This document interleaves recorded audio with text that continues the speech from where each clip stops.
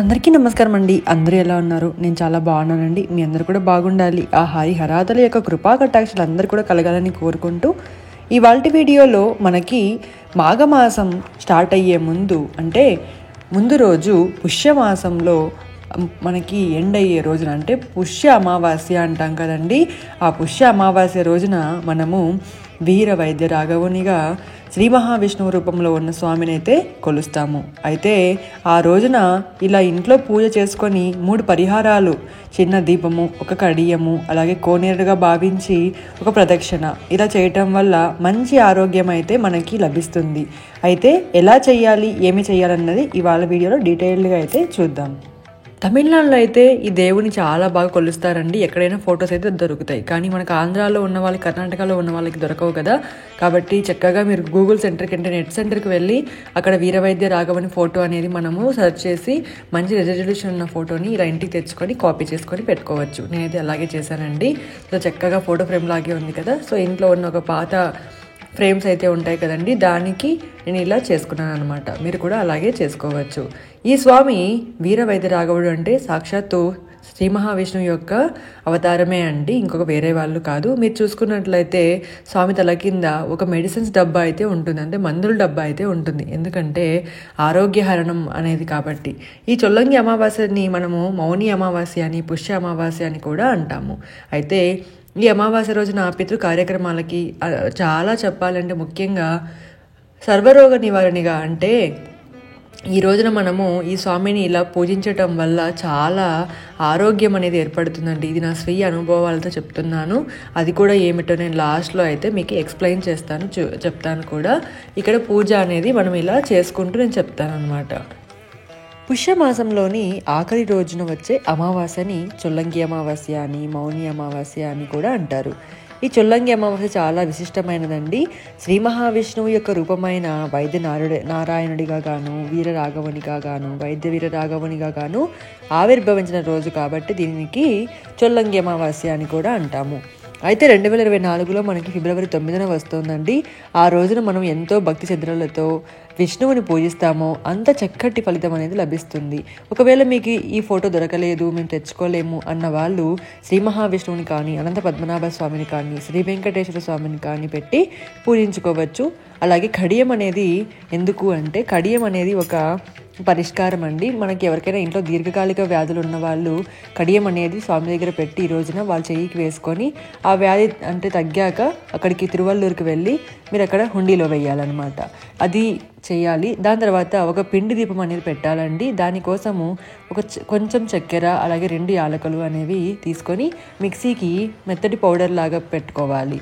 ఈ పౌడర్ని బియ్య పిండిలో కలుపుకోవాలి. ఈ బియ్య పిండిని ఒక ప్లేట్లోకి, రాగి, ఇత్తడి లేదా వెండి ప్లేట్లలోకి తీసుకొని, ఏదైనా ఒక ప్లేట్లోకి తీసుకొని మధ్యలో ఒక హోల్ అనేది అంటే కొంచెం హోల్ అనేది చేసి పిండి అంటే మనకి పువ్వొత్తి ఉంటుంది కదండి, ఆ పువ్వొత్తిని పిండిలో పెట్టాలన్నమాట.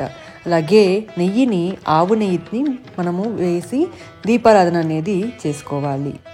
ఇలా దీపారాధన చేసేటప్పుడు విష్ణు సహస్రనామాలని మనము అనుకుంటూ దీపం అనేది పెట్టాలి.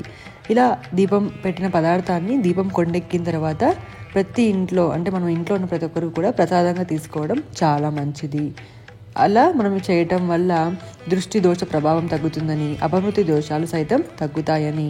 అప్పుడు ఇలా ఇంట్లో అందరూ చేయవచ్చండి. లేదు అనుకుంటే వాళ్ళ కోసము ఇంట్లో ఉన్న ఒకరైనా చేయవచ్చు. లేదు అంటే వ్యాధితో బాధపడే వాళ్ళు మాత్రం కూడా చేయవచ్చు, లేదా అందరూ కూడా చేసుకోవచ్చు.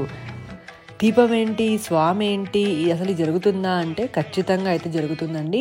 నేను ఒక విషయం అయితే చెప్తాను. లాస్ట్ ఇయర్ మా తాతకి ఆల్మోస్ట్ తనకి 70 years ఉంటాయి. సో ఆరోగ్యం అనేది బాగలేకుండా పోయింది. అది కూడా క్యాన్సర్ అనేది వచ్చింది. తనకి ఆపరేషన్ చేశారు, కీమో ఇచ్చారు, రేడియేషన్ ఇచ్చారు. చాలా సతమతం అయిపోతూ ఉన్నవాడు. అలాంటి టైంలో నేను మా అత్తకి అంటే వాళ్ళ ఇంటి కోడలికి నేను ఇది చెప్పాను అనమాట, దీపం పెట్టు అని. సో తను సాయంత్రం పూట ఈ దీపం అనేది పెట్టింది. తన పేరు చెప్పుకుంటూ దీపం అనేది పెట్టి దాన్ని వాళ్ళు ప్రసాదంగా తీసుకున్నారు. 1 year కాదండి, 1 month లోపు తనకి ఉన్న రేడియేషన్ కానీ, కీమో కానీ, ఆపరేషన్ కానీ ఎటువంటి ఏ బాధలు లేకుండా తనకి ఇప్పుడు క్యాన్సర్ ఉందని కూడా ఎవరికి తెలియనంత అంత యాక్టివ్గా అయితే 70 ఏళ్లలో కూడా ఉన్నాడు. ఇది నా అనుభవాలతో చెప్తున్నానండి. ఖచ్చితంగా అయితే మీరు ఈ దీపం అనేది పెట్టి స్వామిని ఇలా పూజించుకోండి. మీ ఇంట్లో ఇలా ఫోటో లేదు అనుకుంటే మీరు శ్రీ మహావిష్ణువుని కానీ, లేకపోతే అనంత పద్మనాభ స్వామి ఫోటో కానీ, వెంకటేశ్వర స్వామి ఫోటో కానీ, అలా స్వామి యొక్క రూపాలలో ఏదో ఒక ఫోటోని పెట్టి మీరు పూజ అనేది చేసుకోవచ్చు.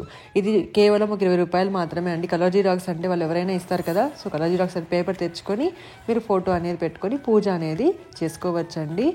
అలాగే ఈరోజున తప్పకుండా మనకి మహావిష్ణువు యొక్క పారాయణం అంటే విష్ణు సహస్రనామాలు తప్పకుండా అయితే చదవండి.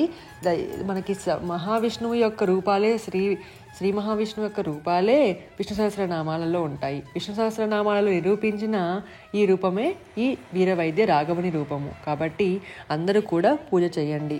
మరి 3వ పరిష్కారము ఏమిటంటే, మనకి ఈ పరిహారం అనేది అక్కడ పుష్కరిణి అంటే తిరువల్లూరులో మనకి తమిళనాడులో ఎక్కువ చేస్తారు కదండి. భాష ఏదైనా కూడా హిందూ ధర్మం అనేది ఎవరికైనా ఒకటే. అంటే వాళ్ళు చేస్తున్నారు మనం చేయకూడదని కాదండి, ధర్మం ఏదైనా ఒకటే కదండి. ఏమంటే ఆ ప్రాంతాలు ఆ లాంగ్వేజ్లు వేరు, అంతేగాని ధర్మం ఏదైనా ఒకటే, అలాగే దేవుడు ఎవరికైనా ఒకటే. సో అక్కడ పుష్కరణలో ఏం చేస్తారంటే, ఒక బెల్లం ముక్కను తీసుకొని 3 సార్లు సవ్య దిశలో 3 సార్లు అపసవ్య దిశలో దిశ తీసుకున్నట్లుగా తీసుకొని ఒక్కొక్కరు ఒక్కొక్క బెల్లం ముక్క చొప్పున అందులో వేస్తారు. అలాగనే మనం కూడా ఇంట్లో ఒక పాత్ర అనేది తీసుకొని అందులోనే మనకి దేవుడు ఆ పుష్కరిణి ఇక్కడే ఉందని మనం భావించి ఇలా చేయాలండి.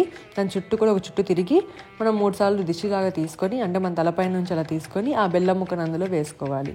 ఇలా ఇంట్లో అందరూ కూడా చేస్తే మంచిదండి. చాలా మనకి ఆరోగ్యపరంగా చాలా మంచి పరిహారాలు అయితే, అలాగే ఆరోగ్యహరణ మనకి లభిస్తుంది. ఇలా చేయటం వల్ల చాలా మంచి అనేది లభిస్తుంది. అలాగే ఈ రోజున అందరూ కూడా గోమాతకి పూజించడం, అలాగే గోమాతకి దాన అందించడం అలాంటివి చేస్తే చాలా మంచిదండి. విశేషంగా పితృదేవతలకు ప్రీతిగా మనం అమావాస్యగా మనము భావిస్తాము. అలాగే ఈ రోజున మనము పితృతర్పణాలు కానీ అలాంటివి చేస్తే కూడా మంచిదండి. తప్పకుండా అయితే ఈ పూజని ఫిబ్రవరి 9న అందరూ కూడా చేసుకోండి. అందరూ కూడా బాగుండాలి, అందులో మనం కూడా ఉండాలని కోరుకుంటూ సర్వేజన సుఖినో భవంతు.